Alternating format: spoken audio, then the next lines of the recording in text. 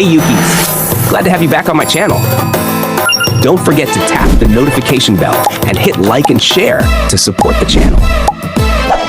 Subscribe to my YouTube vlogs, Yuki's Fam. Hi Yukis! Welcome back to my YouTube channel, and for today's video, pupunta tayo ng Ugbo na Tondo but in Sampaloc, Manila. At dahil nga Yukis, nakapunta tayo ng Ugbo, Tondo, nandito naman tayo sa Sampaloc, Manila, kung saan nandito pumunta yung mga sikat na vlogger kasi bago itong open dito sa may Sampaloc, Manila. Kasi yung talagang sikat dati is sa may Ugbo, Tondo, Manila, and napansin ko napakadaming pagkain dito talaga, and napansin ko mas malawak siya unlike sa Tondo, Manila na talagang medyo makipot yung daan. Dito kasi is yung pathway na to, yung isang haba na to is napakadami guys.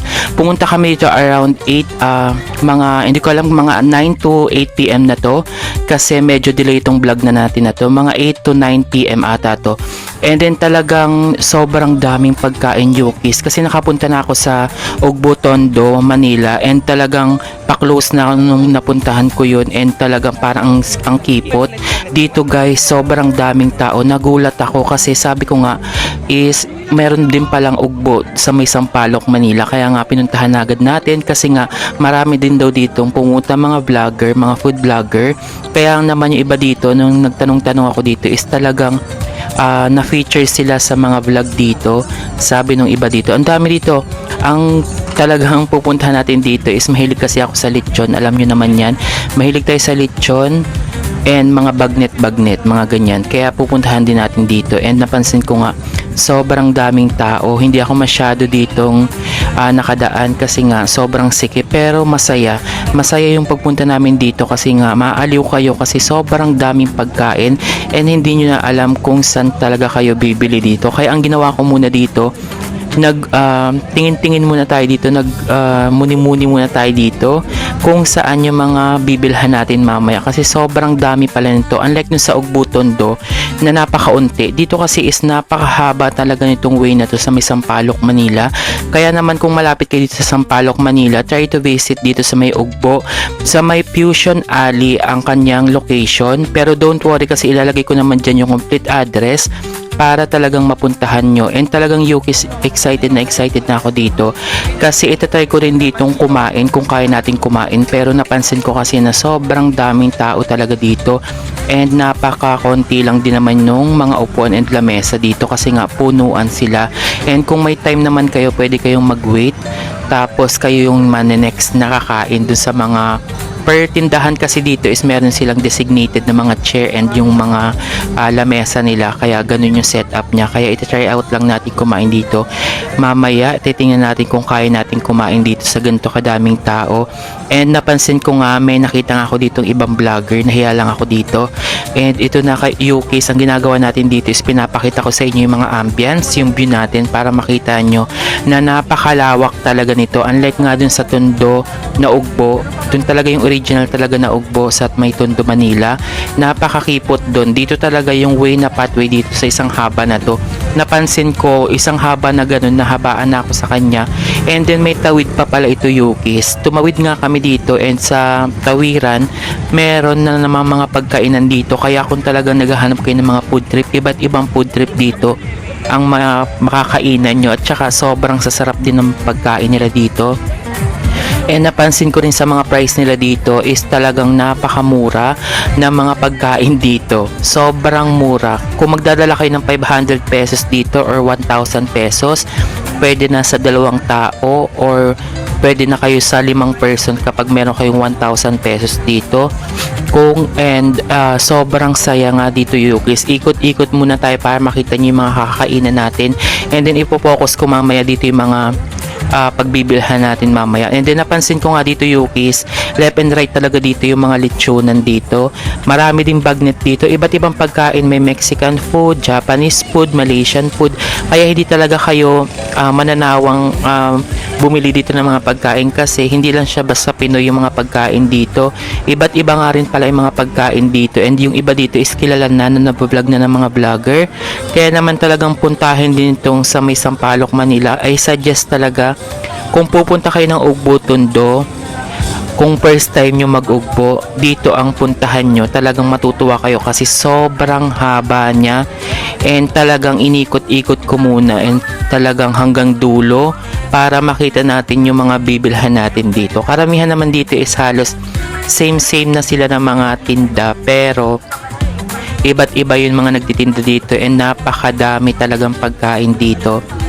Yukis, kung mapapansin nyo, sobrang daming tao. Kaya nga, kinabahan ako dito kung kaya natin kumain dito sa mismong Ugbo, Sampaloc, Manila. Ito, may mga tiramisu din sila dito kung mahilig kayo sa matatamis. Ito yung tiramisu na sikat dito. Kilalang kilala siya as per ate dito. Napakasarap na mga pagkain dito and guys, sobrang mura lang. Alam ko marami na nakapuntang sikat na vlogger dito. Kung mapapansin nyo, napi-features na nila itong sa may Sampaloc, Manila. Hindi ko nga akalain na meron daw ugbo dito, and then kaya nga dali-dali nga pinuntahan agad namin dito ito ni attorney, and then galing kami ng Tagaytay City. Take note guys, galing kami ng Tagaytay City.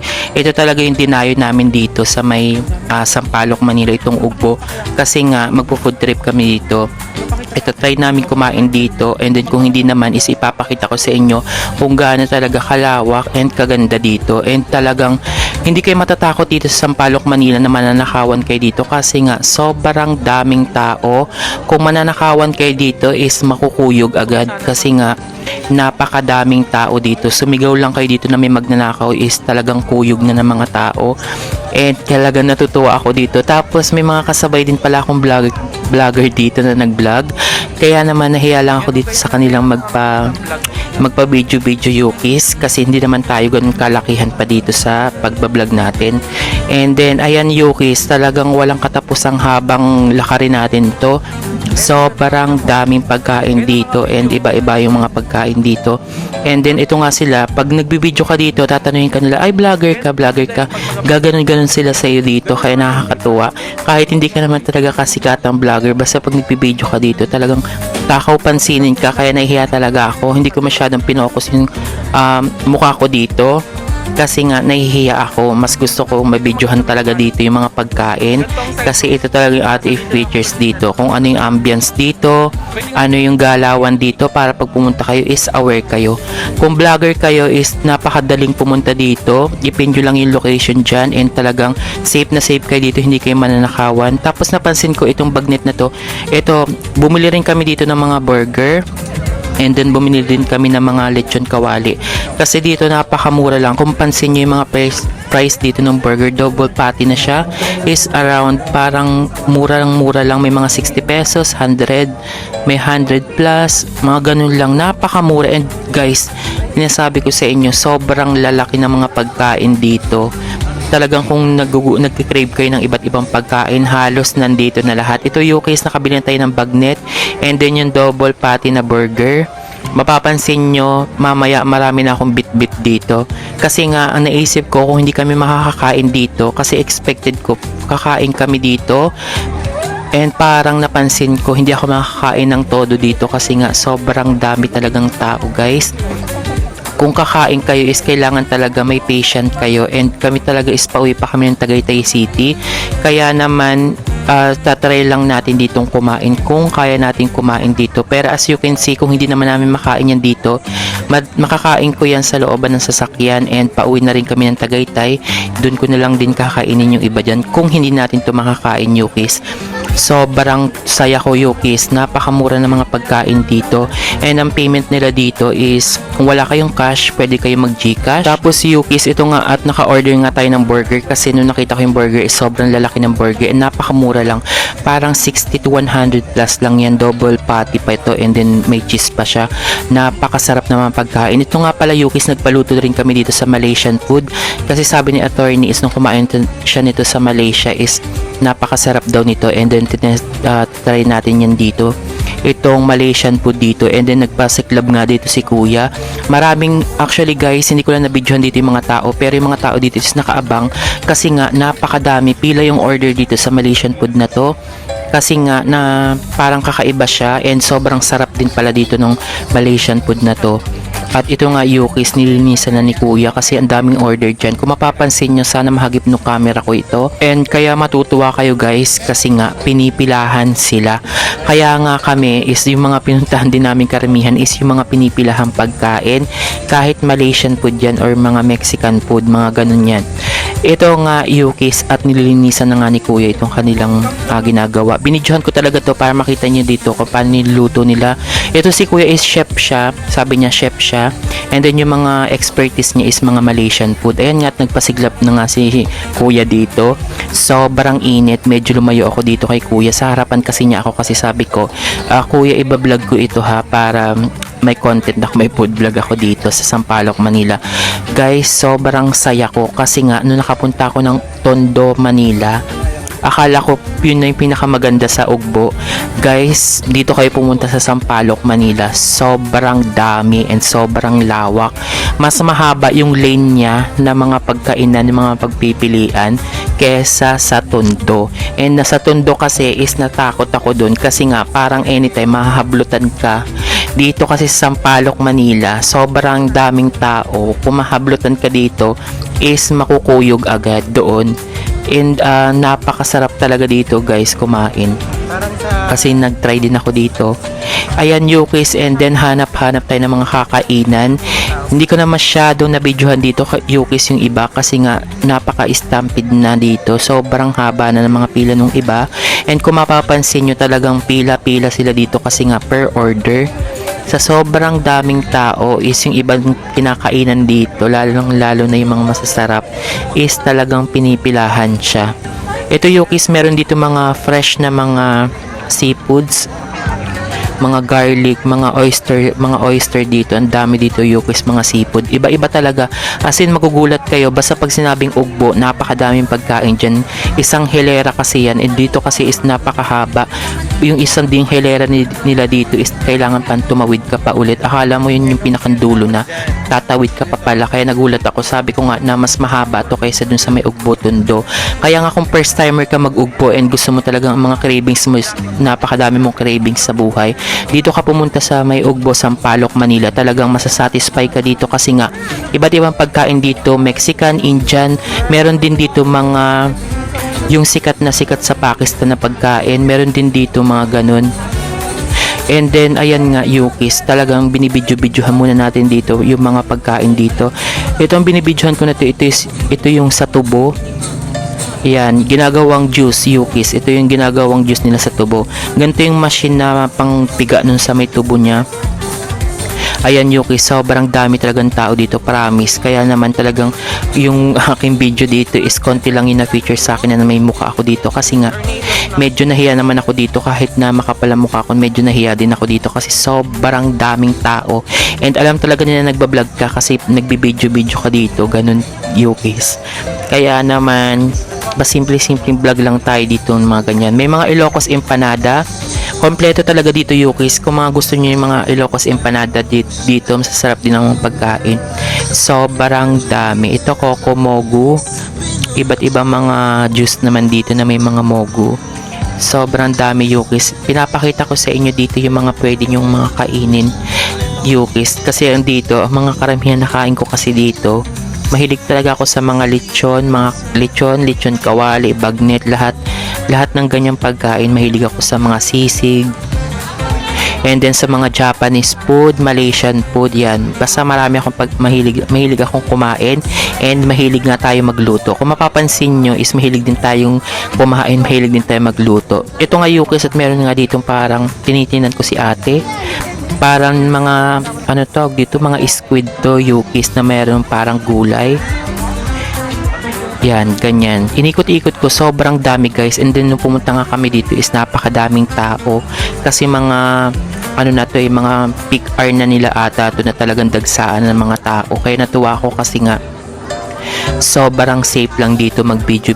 Unlike nga nung nakapunta kami ng Tondo, hindi maganda yung experience ko doon kasi nga parang anytime talaga is mahahablutan ako. Kaya kahit nakapag-ugbo Tondo na kami, hindi ako nakapag-video man lang doon. Pero ito is halos ganyan na yung mga paninda niyan. Ang maganda lang nga dito, ang pinagkaiba nila is mas marami dito talaga, Yukis. Ako nagsasabi sa inyo, napakadami dito and napakahaba ng mga lalakaran nyo para makita nyo talaga yung mga bibilhan dito. Kaya matutuwa kayo kasi isang lane niya ng ganyan. Sobrang dami. Marami dito yung seafood, iba-iba din. Marami rin din sila dito mga street food. Tapos may mga shawarma, iba-iba, mga Indian food. Halos lahat ng pagkain is meron dito. Meron din dito mga sushis na mga sa Japanese.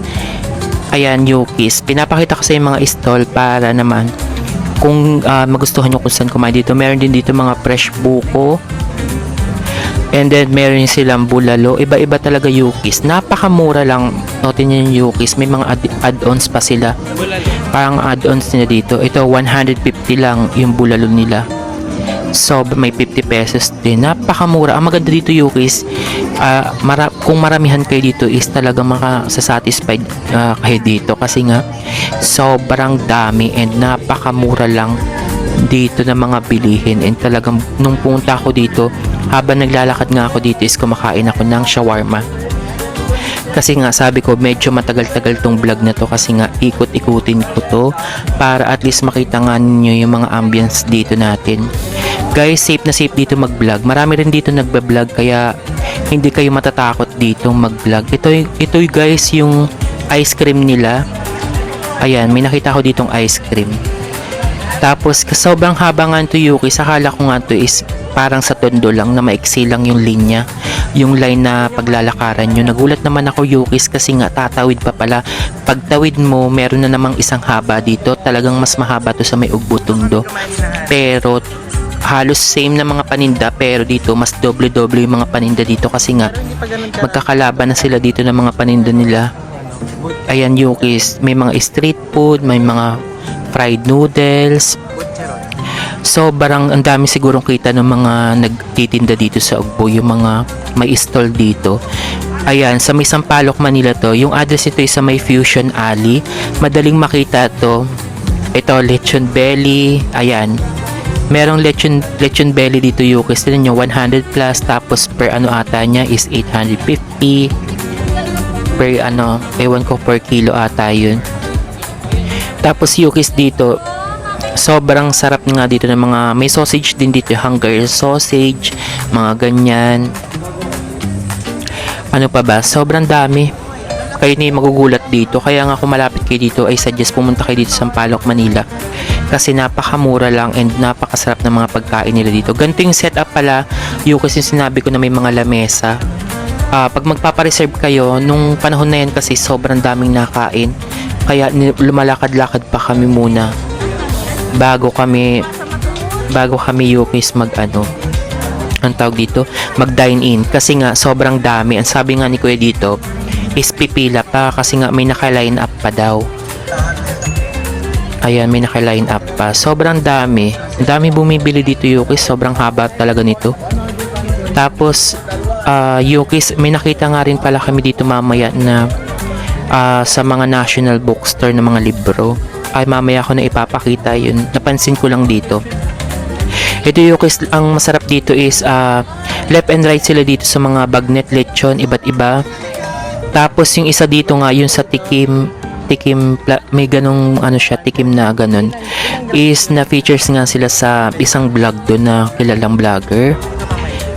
Napakadaming bumibili daw sa kanila, sabi. Kaya umorder din kami ng lechon doon.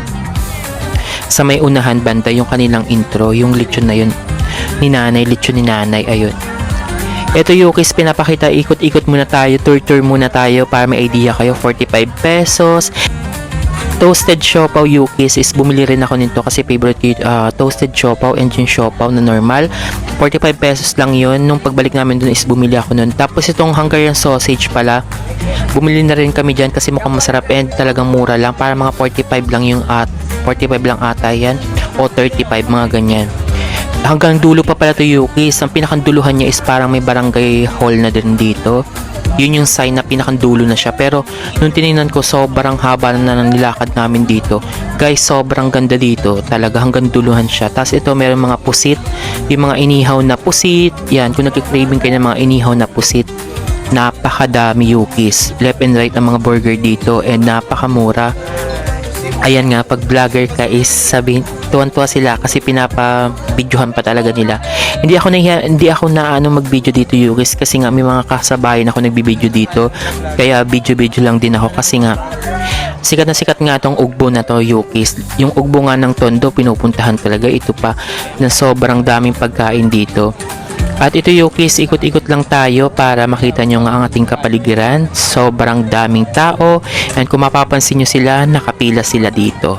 Ang maganda lang dito is talagang napakamura. And bukod dyan, kung maiksi ang pasensya mo, wag ka na pumunta dito. Kasi yung ibang pagkainan dito is talagang pipilahan mo. Ayan, ganyan. Lalong-lalo na yung ibang masasarap dito na kilalang kilala na talagang pipilahan mo talaga. No choice ka. Pipila ka talaga. Ayan Yukis, ikot-ikot lang tayo. Ito, meron dito sa National Bookstore na parang nagbagsak presyo sila ng mga libro. And mahilig tayo magbasa, kaya naman bibili tayo dyan mamaya. Murang-mura lang from galing sa National Bookstore to daw.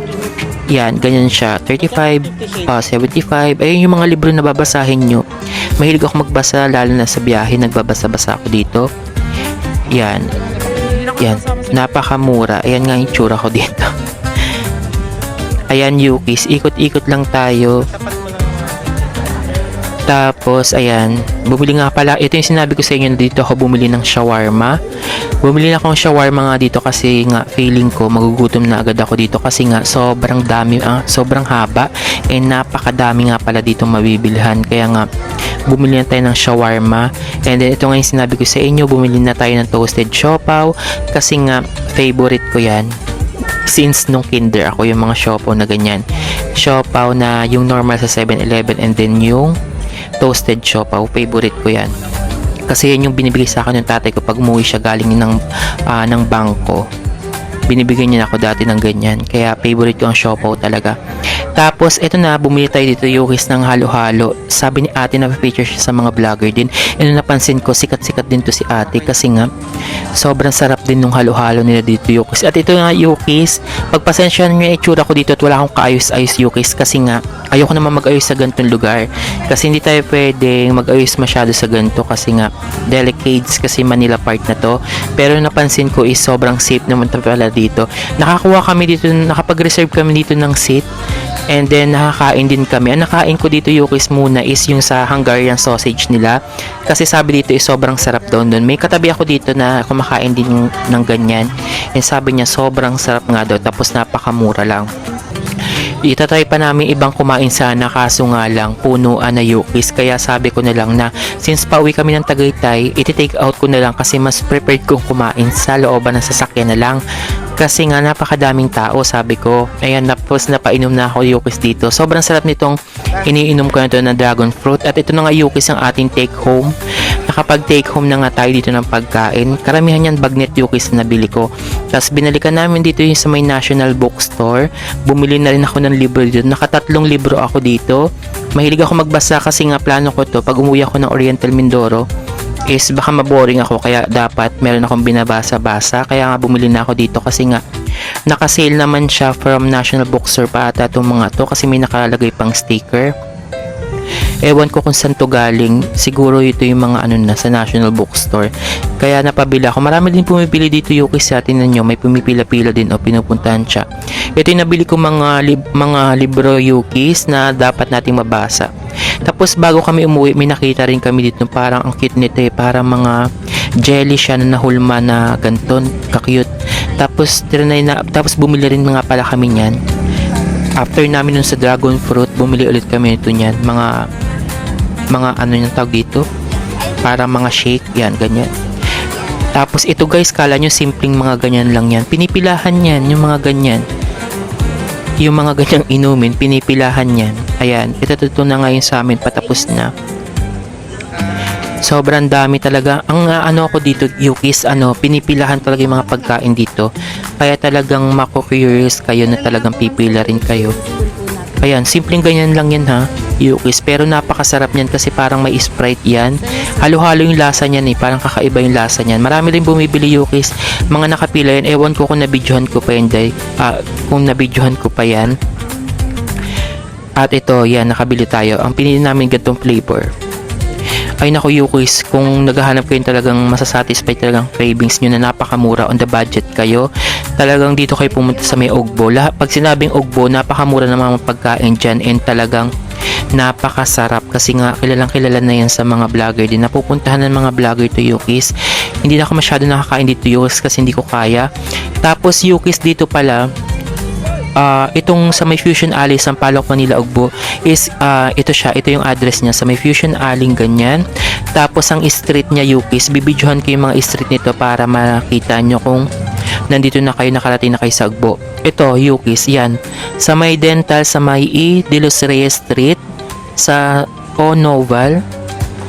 Ayun, Yukis, ayun yung parang street nila.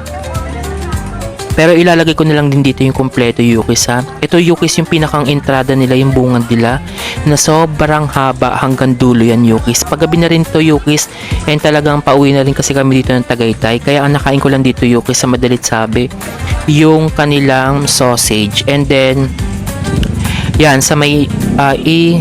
De Los Reyes Street, Noval, ganun yung address niya dito. Ilalagay ko yung complete address dito, kaya huwag kayong mag-alala, Yukis, para mapuntahan nyo to. Napakasaya dito, sobrang saya ko dito kasi sobrang daming tao, and then pag nagbibideo ka nga dito is nakakatuwa kasi nga sasabihin na vlogger, ayan, sama mo ko, gaganon yung mga tao dito. At ito na, Yukis, ang ating announcement sa ating pabigas edition. Dapat dalawa lang to pero ginawa ko ng 4 para more chance of winning ang iba since FB and YouTube followers to and subscriber.